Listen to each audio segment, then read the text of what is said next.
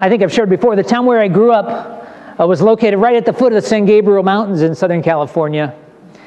And so we lived just 20 minutes north of downtown Los Angeles, but a short drive would just take us up into the mountains into national forest. And in no time at all, we could be hiking down a trail along a flowing stream. And this particular stream flowed down to a 50-foot high waterfall. It's a beautiful, beautiful place. So we'd spent some time there when I was growing up, and I remember being there one warm summer's day when I was maybe 5 or 6 years old and getting thirsty and wanting a drink, and you've got all that water flowing right there, right? And my dad stopped me, right? Because we didn't know what might be upstream. We didn't know what kind of contaminants might be in that water. I mean, there could have been any number of things, right?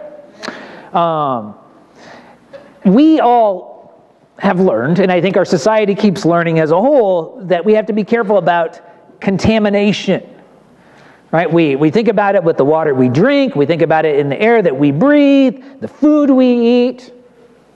But what about in the ways that we think? Our thinking can become contaminated.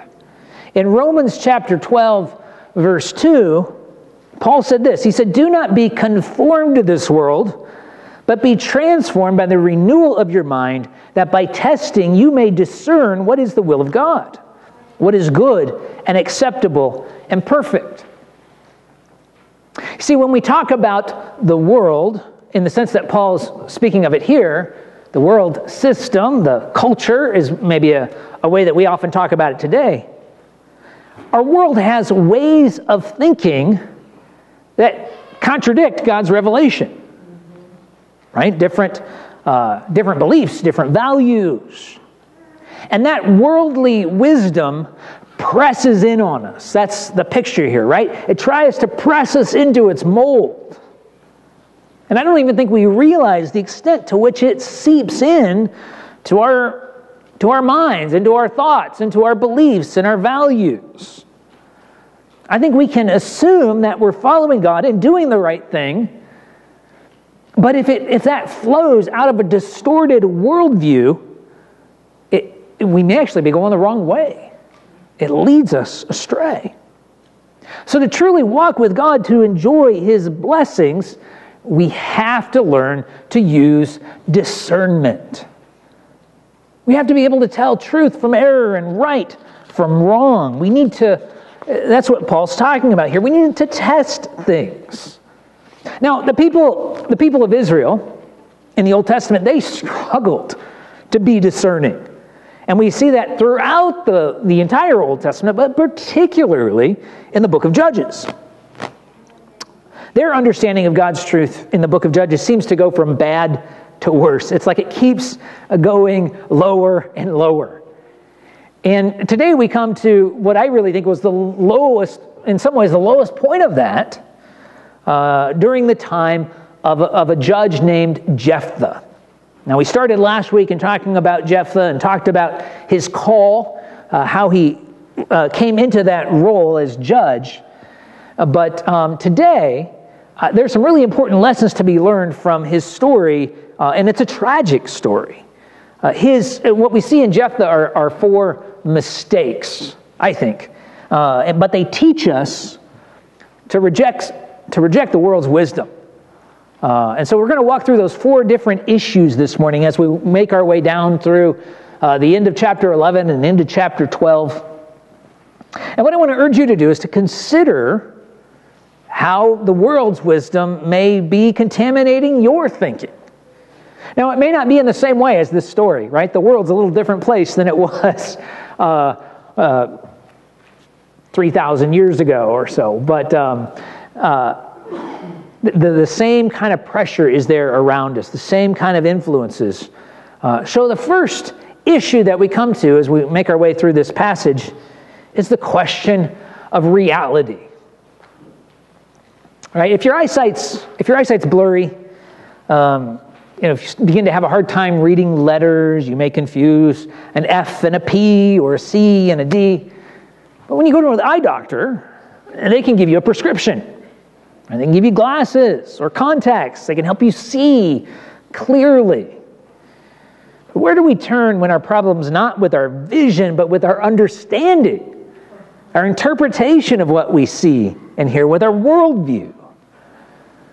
I mean, you know how it is today. People disagree over what's good and what's bad. They disagree over what's fact and what's fiction. Those differences of opinion that we encounter so much in our society, those differences are rooted in different views of reality. A lot of people today define reality in materialistic terms. You know what I mean by that? In other words, they claim that the only things that are real are things that can be measured in a lab, empirically measured. So they don't allow for the existence of God or a soul. And so that perspective then allows them to ignore any idea of God or any idea of responsibility or moral accountability. Right? If it's all biology, then live however you want. Now, obviously, that's contrary to biblical Christianity. And yet, we as Christians, that worldview presses in on us. It does seep in. It contaminates our thinking, and we still succumb to that influence. Now, in Jephthah's world, where we're going to be reading here in just a moment, his world had a very different view of reality than ours. Most people in that day believed in the existence of multiple gods. They believed that those gods fought and competed with one another. And so that whole issue comes up in Jephthah's interaction with a king of a neighboring nation, king of Ammon, the Ammonites. They were attacking Israel at the time. And so Jephthah tries to resolve this conflict in a very rational way.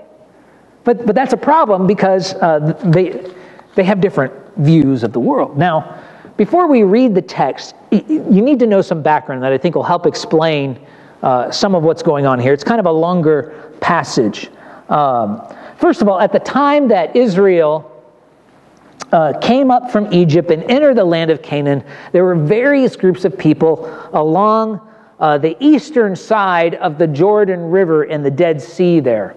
In the south, there's the Jordan and the Dead Sea. And then in the south, first of all, there were the people of Edom, the Edomites. They were descendants of Esau. You may remember Esau's name. He was the brother of Jacob, also known as Israel. Right? So Esau was a son of Isaac, a grandson of Abraham. So though it was a distant past at the time of Jephthah, they were relatives, distant relatives of the Israelites. And then there were also a group of people who lived in Moab. They lived north of Edom alongside the Dead Sea. And then the Ammonites lived further north, up a ways up in the hills east of the Jordan River. And both of those groups were descended from Abraham's nephew Lot. Now there were also Canaanite people, so they weren't related to the Israelites in any way. And one of those was the Amorites. This passage is going to talk about them. They lived along the Jordan, right down close to the Jordan River, just north of the Dead Sea. And then there's also two rivers that are mentioned in this discussion we're going to read here in a second. First of all, the Arnon River that flows into the Dead Sea, and the Jabbok River that flows into the Jordan further north. So keep that some of that geography in mind as we read this passage. Take a look. Judges chapter 11, we're going to read from verse 12 down to verse 20. It says, "Then Jephthah sent messengers to the king of the Ammonites and said, 'What do you have against me, that you've come to me to fight against my land?' And the king of the Ammonites answered the messengers of Jephthah, 'Because Israel, on coming up from Egypt, took away my land, from the Arnon to the Jabbok and to the Jordan. Now therefore restore it peaceably.'" So see where that that part of land there that he's talking about, from the Arnon that flows into the Dead Sea there, up to the Jabbok that flows into the Jordan. So he wants this land.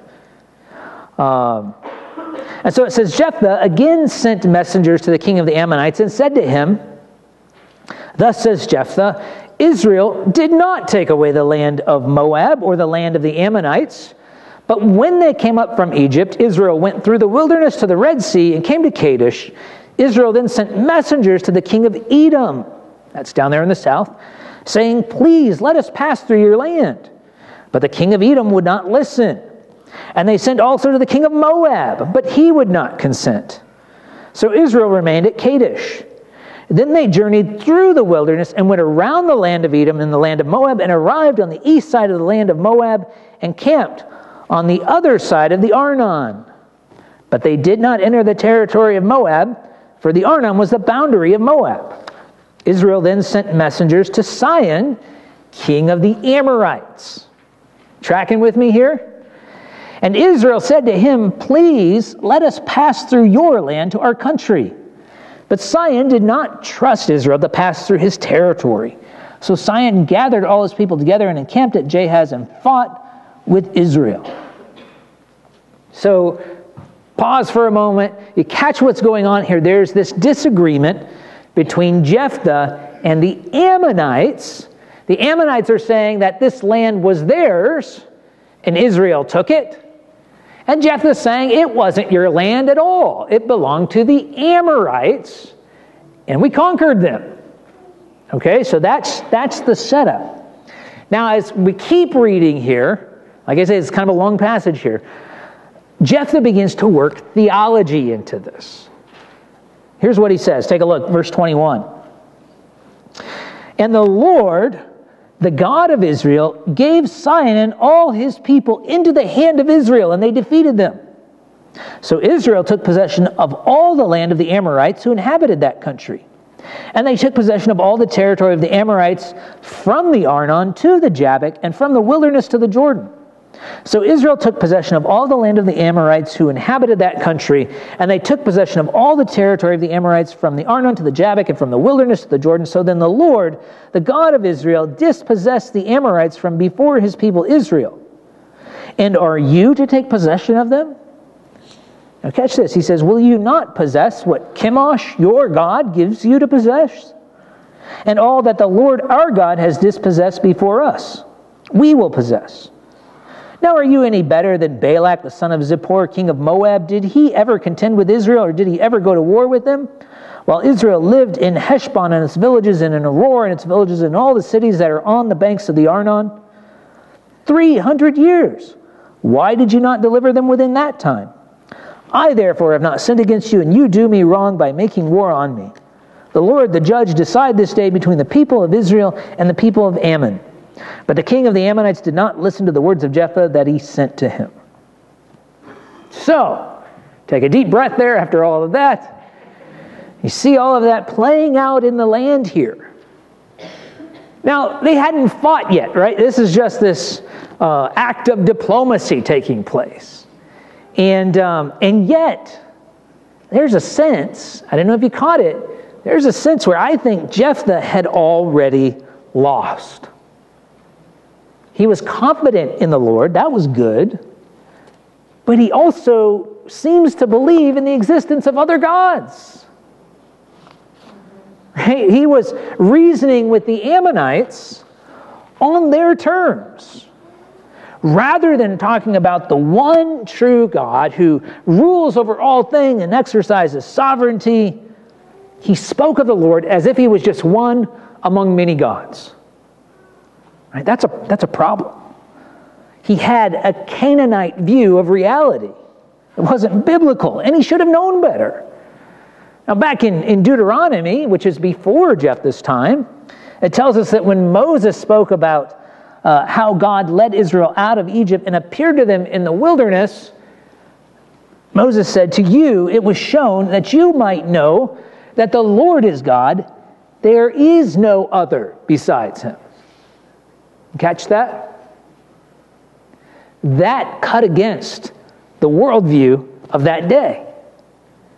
Rather than saying there's all these deities and we have to try to appease them and do all these things, Moses, God revealed through Moses and said, no, it's not that way. There's just one God. You see, by accepting that polytheistic view, Jephthah and Israel as a whole, they were setting themselves up for idolatry. Right? Because when things didn't go well with the Lord, then in their minds, if they're accepting that Canaanite view, all they have to do is just switch over to another god. You see the problem there? So to truly change, for Israel to change, they needed to get back to a biblical view of reality. That there is one God. Now, obviously we live in a very different time. We don't see a lot of polytheistic people around. But we have the same need to have a biblical view of reality. See, when we look out at the church and at other believers, when Christians ignore the Bible's teaching on sexuality or on other moral issues, those decisions that they make, those are rooted in an unbiblical view of reality. What's often behind that is that people don't really believe that God exists. Right? They don't really believe that He will judge. They simply follow whatever impulses they have. And what they do, they follow that materialist line of reasoning and say, well, if I desire something, it must be a part of my biology. Therefore, if God exists, He must have created me that way. You see how that works? They ignore biblical teaching. They ignore the idea that we're fallen, that we're sinful, that our hearts have desires that are not right. That's not our biology. That's our soul. And the sin that corrupts it. See, we have to go back to a passage like Proverbs chapter 9, verse 10. Proverbs 9 says, the fear of the Lord is the beginning of wisdom, and the knowledge of the Holy One is insight. Our whole way of thinking, our whole view of reality has to start with the Lord. It has to begin with Him and His existence and His power and His authority.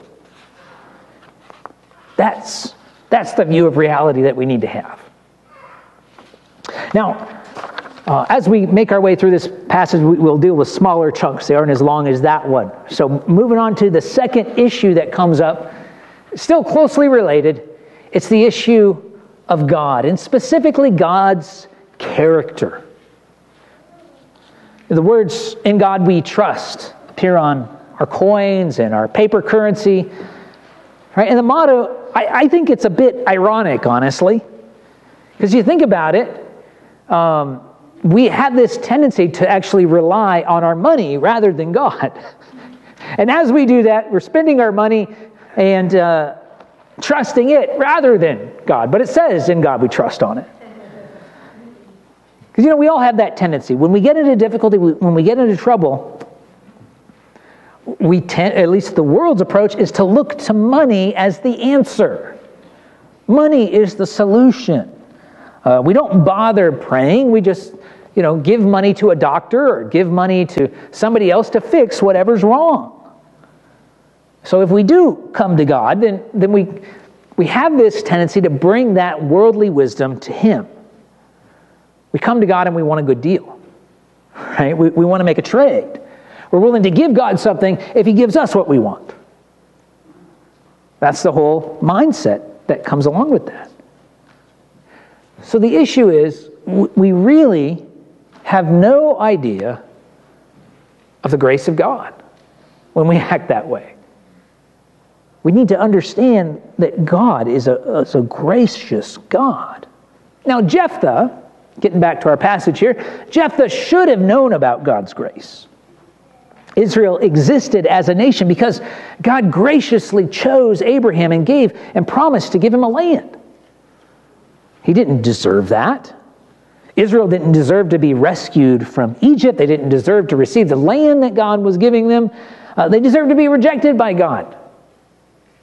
Right? And we've seen in the book of Judges that time and again they wandered away from Him. But He forgave them. He protected them. He welcomed them back. That's who God is. That's his character. Now, even though Jephthah is filled with the Spirit and leads the people, he forgets who God is.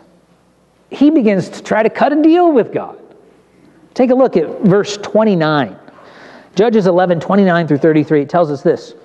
Then the Spirit of the Lord was upon Jephthah, and he passed through Gilead and Manasseh and passed on to Mizpah of Gilead, and from Mizpah of Gilead he passed on to the Ammonites. Here it is. Jephthah made a vow to the Lord and said, if you will give the Ammonites into my hand, catch that, then whatever comes out from the doors of my house to meet me when I return in peace from the Ammonites shall be the Lord's, and I will offer it up for a burnt offering. So Jephthah crossed over to the Ammonites to fight against them, and the Lord gave them into his hand. And he struck them from Aroer to the neighborhood of Minnith, 20 cities, and as far as Abel-Keramim, with a great blow. So the Ammonites were subdued before the people of Israel. So if we stop there and we look at it, we might think, well, apparently Jephthah's vow seems to have worked, right? He won the battle. But here's the thing. When we read about other judges, they have great victories. And they didn't make any vow like that. And really, when you get down to it, Jephthah's vow suggests that he didn't really trust God. Right? He didn't trust in the grace of God. He didn't trust that God was going to protect them and help them. He felt like he needed to give God something, to offer God this sacrifice. The problem with that is that's the way the Canaanites approached their idols. That's the way they viewed sacrifices. It wasn't a sacrifice of thanksgiving. It was a way to get something. Right? It was a way to strike a deal with your God. Well, the other problem with this is some people say that, well, Jephthah was planning to sacrifice an animal. But he talks about something coming out of his house. Animals, you don't keep animals in the house, right? I mean, maybe, but It's probably safe to say that wasn't what he had in mind. He was thinking of a person. Now we find out later that the person comes out wasn't the person he was thinking of. I don't know who he was thinking of then. But he clearly intended to sacrifice a person even though it's forbidden in Israel's law. See, this whole thing, it's not biblical. It's not obedient. Deuteronomy 12:31 tells us that as Moses told the Israelites to reject the practices of the Canaanites, he said this, you shall not worship the Lord your God in that way, like the other peoples around them. He said, for every abominable thing that the Lord hates, they've done for their gods. And here's the height of that. He says, or the depth of it, for they even burn their sons and their daughters in the fire to their gods. I mean, that's terrifying, right? That people would do that. That was the land the Israelites lived in. And so when Jephthah makes this vow, that's what he's thinking of.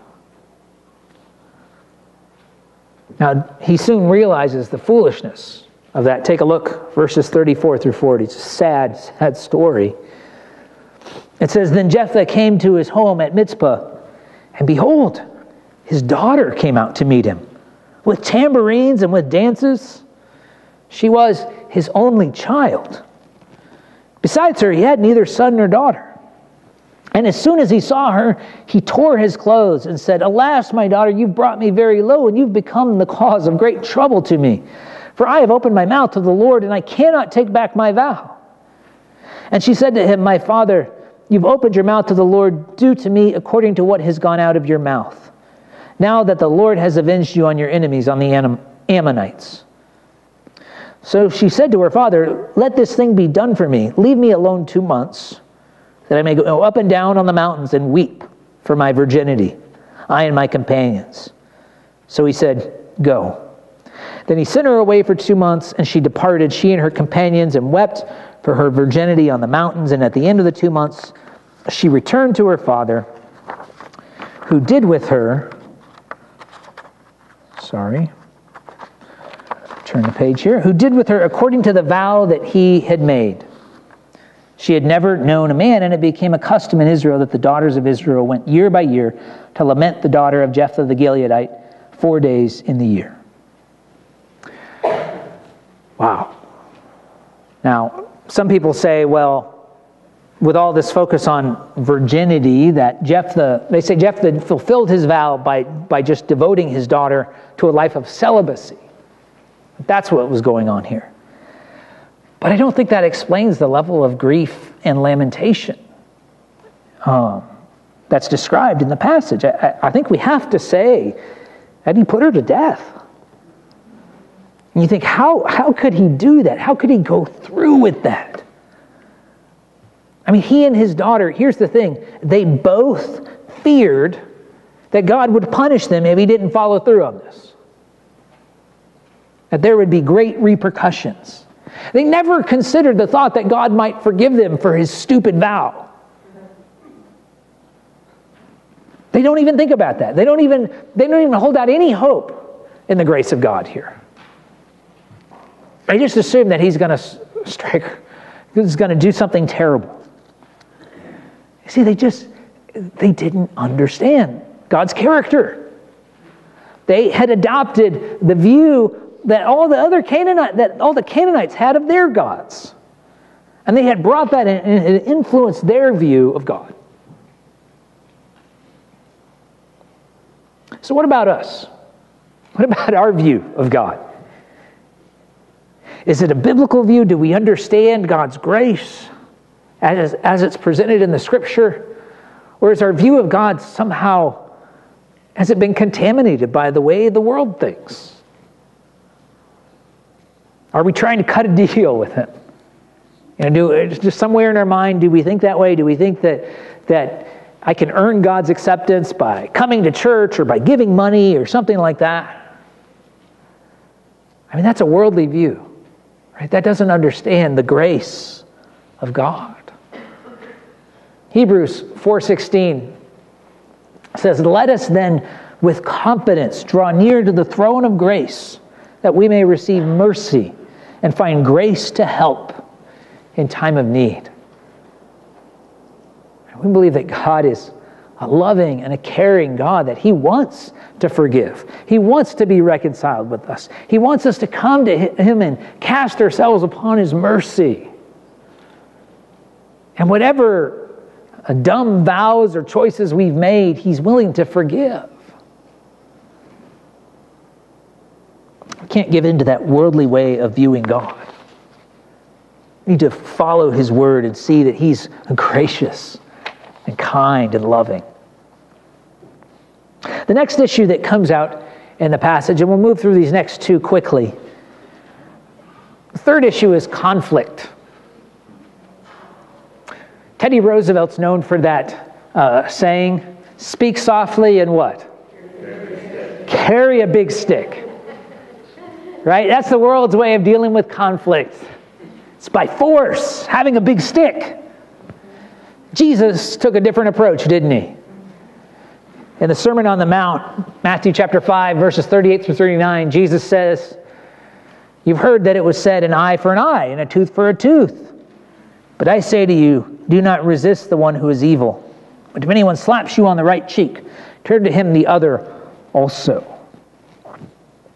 God's people are not supposed to be marked by retaliation. They're supposed to fit that mold that's out there in the world. So as we enter into chapter 12 of Judges, conflict arises with Jephthah and some of his fellow Israelites. How does he respond? Does he follow God's path or the world's? Take a look. Judges chapter 12, verse 1. It says, "The men of Ephraim were called to arms, and they crossed to Zaphon and said to Jephthah, 'Why did you cross over to fight against the Ammonites and did not call us to go with you? We will burn your house over you with fire.'" Wow. And Jephthah said to them, "I and my people had a great dispute with the Ammonites, and when I called you, you did not save me from their hand. And when I saw that you would not save me, I took my life into my hand and crossed over against the Ammonites. and the Lord gave them into my hand. Why then have you come up to me this day to fight against me? And it says, then Jephthah gathered all the men of Gilead and fought with Ephraim. And the men of Gilead struck Ephraim because they said, you are fugitives of Ephraim, you Gileadites, in the midst of Ephraim and Manasseh. And the Gileadites captured the fords of the Jordan against the Ephraimites. And when any of the fugitives of Ephraim said, let me go over, the men of Gilead said to him, are you an Ephraimite? And when he said, no, they said to him, then say Shibboleth. And he said, Sibboleth, for he could not pronounce it right. Right? There was like an accent or something there. And so then they seized him and slaughtered him at the fords of the Jordan. At that time, now this is sad, 42,000 of the Ephraimites fell. That's a huge number. Now, you could argue that initially Jephthah and the Gileadites were just defending themselves. But their response went so far beyond that, right? I mean, I can understand if the Ephraimites were threatening them and they had to fight. But, I mean, here, by carrying out this whole scheme with the password, right, the Shibboleth, I mean, they were ensuring that every Ephraimite was put to death. Every single one. Jephthah was guilty of leading a brutal slaughter of his own people. This was a civil war. So we look at that and we say, okay, this is not what God wanted. Jephthah wasn't following God's wisdom. He was following the wisdom of the world. He was using force. He was making sure that they wouldn't cause him any more problems, right? So how do we respond when we face conflict? Now, obviously, we're not leading an army. We're not in that scenario. But when someone hurts you, when someone does something against you, are you quick to forgive? You follow the grace of God? Or do you want to retaliate? Right? Romans 12, verse 19. Says this, Paul wrote, beloved, never avenge yourselves, but leave it to the wrath of God. For it is written, vengeance is mine, I will repay, says the Lord. Are you willing to trust whatever hurts, whatever situations, offenses, are you willing to trust those to God and to let Him deal with those? Let Him handle it? Or do we insist on getting back? Right, in whatever petty way we may come up with. Are we following God's wisdom or are we following the world's wisdom? One more issue that comes out in this passage, and it's the issue of security. The world finds its security in stability. Because we hate change, right? When things change, we feel like our world is turned upside down. Generally speaking, we like things to be organized. We like it to be predictable. We like it to be set in stone, right? Like some massive pillar. And when you think about that on the scale of countries, of nations, I mean, most modern nations, that stability comes from having documents like a constitution and having a legal code, right? But in ancient times, they found stability, at least the worldly approach to find stability, was in the longevity of a ruler's reign. Now, from a worldly perspective then, Israel was encountering some very tumultuous times. Take a look at Judges 12, 7 through 15. We'll finish off here. It says, Jephthah judged Israel 6 years. Then Jephthah the Gileadite died and was buried in his city in Gilead. After him, Ibzan of Bethlehem judged Israel. He had 30 sons and 30 daughters he gave in marriage outside his clan. And 30 daughters he brought in from outside for his sons. And he judged Israel 7 years. Then Ibzan died and was buried at Bethlehem. After him, Elon the Zebulunite judged Israel, and he judged Israel 10 years. Then Elon the Zebulunite died and was buried at Aijalon in the land of Zebulun. And after him, Abdon the son of Hillel the Pirathonite judged Israel. He had 40 sons and 30 grandsons who rode on 70 donkeys, and he judged Israel 8 years. Then Abdon the son of Hillel the Pirathonite died and was buried at Pirathon in the land of Ephraim in the hill country of the Amalekites.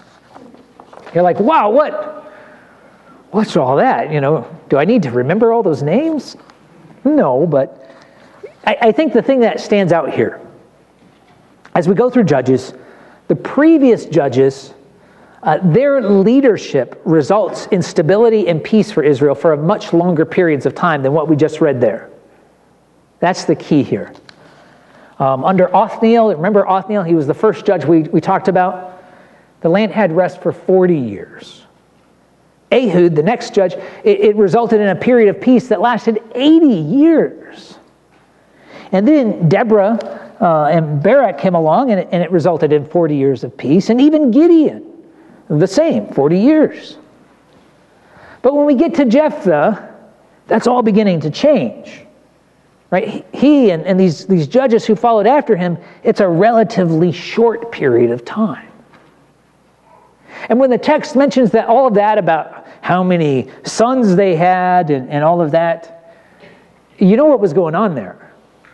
Probably what was happening was that they had multiple marriages that they were trying to use to establish alliances and bring stability that way. They were ignoring God's plan for marriage, and they were pursuing their own schemes to try to create some stability and possibly even create a dynasty to have their children, their sons, exercise leadership after them. See, but none of that was according to God's plan. That was a very worldly approach to try to gain stability. And it wasn't working. God was not allowing that. Now, later on in Israel's history, God does establish a dynasty through King David. But David, here's the thing, David understood that he could not be the source of Israel's stability and security. He knew that could only come from the Lord. And so there's several places where he talks about that, but here's a great example. Psalm 18, verse 2, David said, "The Lord is my rock, and my fortress, and my deliverer, my God, my rock, in whom I take refuge, my shield, and the horn of my salvation, my stronghold." Where do you look for security? What's the source of your stability? Is it your job? Is it government? Is it money? Is it family even? Those things will all falter. The one rock, the one true refuge and stronghold is the Lord. We have to trust in Him. We need to get to the point that we can say those words as our own, that the Lord is my rock. He is my stronghold. So we see all of these issues here with Jephthah, and none of them seem to be going well. Right? He seems to gravitate toward the worldly wisdom of the nations around Israel rather than the biblical truth that they already had available to them in the Pentateuch, in the first 5 books of the Old Testament that they had at that point. But think about where you stand on these issues, your view of reality, your understanding of the character of God and how you relate to Him, how you approach conflict, the basis for your security. Is your thinking, is your perspective, is it shaped by the Scripture or by the world? Because I think a lot of people who claim to be Christians still insist on forming their own opinions about everything. They might even claim to have some kind of personal revelation from God about it. And sometimes that just all boils down to finding a way to refuse to accept biblical teaching. And really what that is then is it's rebellion against the authority of God and the lordship of Christ. We have to bring our thinking under His Word. And let Him shape our understanding. So if you've never done so, if you've never reached a point in your life where you said, I'm going to follow the Lord, I'm going to accept His truth as my guide, and I would encourage you today to make that commitment, to seek God's wisdom, to start reading, looking to the Scripture and trying to understand it and asking God to teach you and help you understand. A great place to read about that contrast between the world's wisdom and God's wisdom is 1 Corinthians chapter 2, where Paul talks about how those perspectives differ, particularly in regard to Christ. Now, maybe this study's brought to mind some specific ways that you need to change your thinking. Maybe talking about these issues. Maybe there's ways that the world's wisdom has seeped into your thinking. If so, think about how that's affecting you, how it changes the way you handle life, and make a commitment to change your outlook.